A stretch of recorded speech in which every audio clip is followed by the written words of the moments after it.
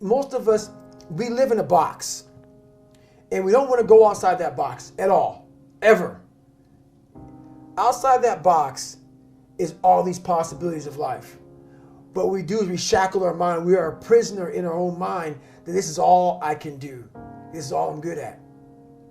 And we take away the possibilities of you could be this, you could be that, you could be all these things. And I never thought at 300 pounds I could be Navy SEAL. Wow. So if my mind was shackled, me and you would never meet. There'd be no book. Right. There'd be no book. Right. There'd be nothing. So what people understand is that they live for themselves, not knowing that you have the power within yourself to change millions of lives by facing life, by facing yourself. And through that, I would die never knowing that I had the power to change millions of lives. And what haunts me the most, people ask me, what haunts you the most? What haunts me the most is that if I would have died at 300 pounds, let's say I was 75 years old, I got to heaven, and God has a chart like that on everybody's life. God knows all, let's say that. I don't care what you believe in, doesn't matter. I'm not judging anybody. But let's say my thing is God. You get to heaven, I'm 300 pounds, I sit down, I was a cockroach Terminator my whole life, and we're sitting down just like this, you're God and I'm David. And he gives me that chart, and he says, look at this. Now I'm looking at this chart, and on the chart it has all these different things, but my name's on it. But these things aren't me. I was gonna change the world. I was gonna set records. I was gonna be a Navy SEAL. I was gonna be all these things in the military that I accomplished. You're gonna get the VFW award. You're gonna be honored here, honored there. And I'm like, God, this isn't me. Like it says David Goggins, I was an Ecolab guy. I sprayed for cockroaches, and I'm 300 pounds. It said here I'm 185. It says here I got a bachelor's and a master's. It says all these things. And God goes, no, that's who you were supposed to be. Wow. My biggest fear in life is if there is a final resting place in this world, and there's a final judgment, and you talk to something much bigger than you.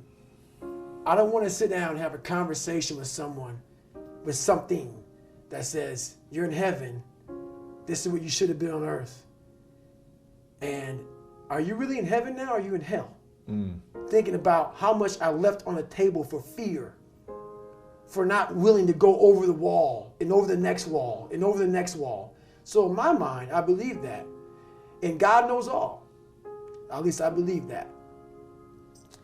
I want God to be up there right now as we're speaking, writing stuff down, saying, my God, he exceeded even my expectations. That's how I live my life. I now know that there is no cap on the human mind. There's no cap. We cap it ourselves. Wow. Is there a cap on the human body? That's right. Is there one? I don't believe so. Because one thing I found out was for several years I gave myself a way out. When you were 300 pounds? When I was 300 pounds, when I was, all the way up until I was 24 years old. I would climb a mountain, I'd fall back down. I start climbing, I fall back down for the first 24 years of my life. I went to my first Hell Week, my second Hell Week, and then my third Hell Week came in SEAL training, and the CEO, Captain Bowen, looked at me. I'm on crutches, I'm all jacked up. He says, hey, this is your last time you're gonna go through buds. This is it. I had several stress fractures. I had double pneumonia, I was jacked up, and he gave me a few months to heal. And he said, this is your last time going through. I shouldn't even let you go back through. Wow.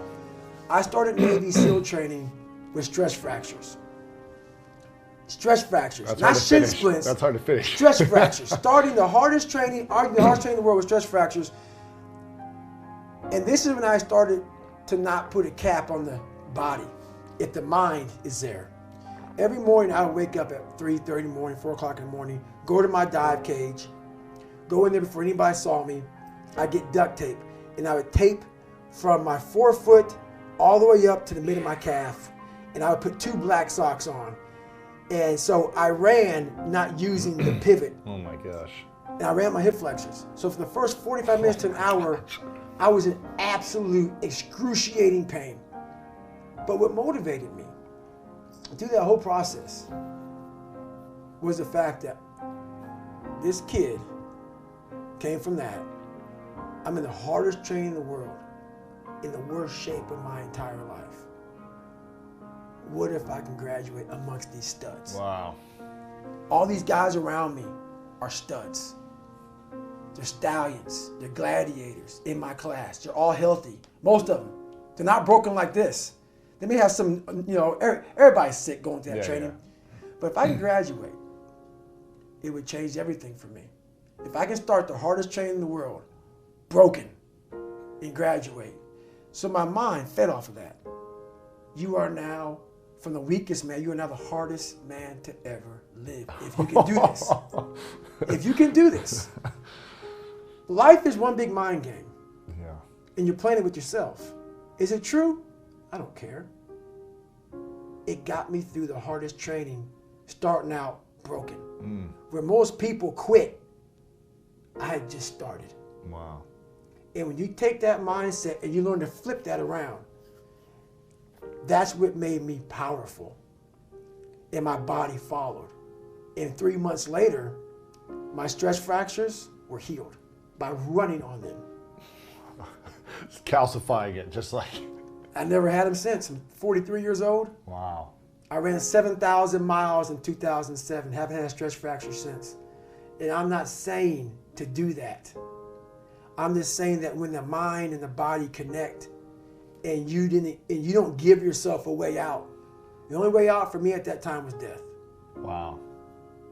I'm going to be a Navy SEAL. Or I'm going to die. Or I'm going to die trying. Yeah. Period. And my body said, Roger that.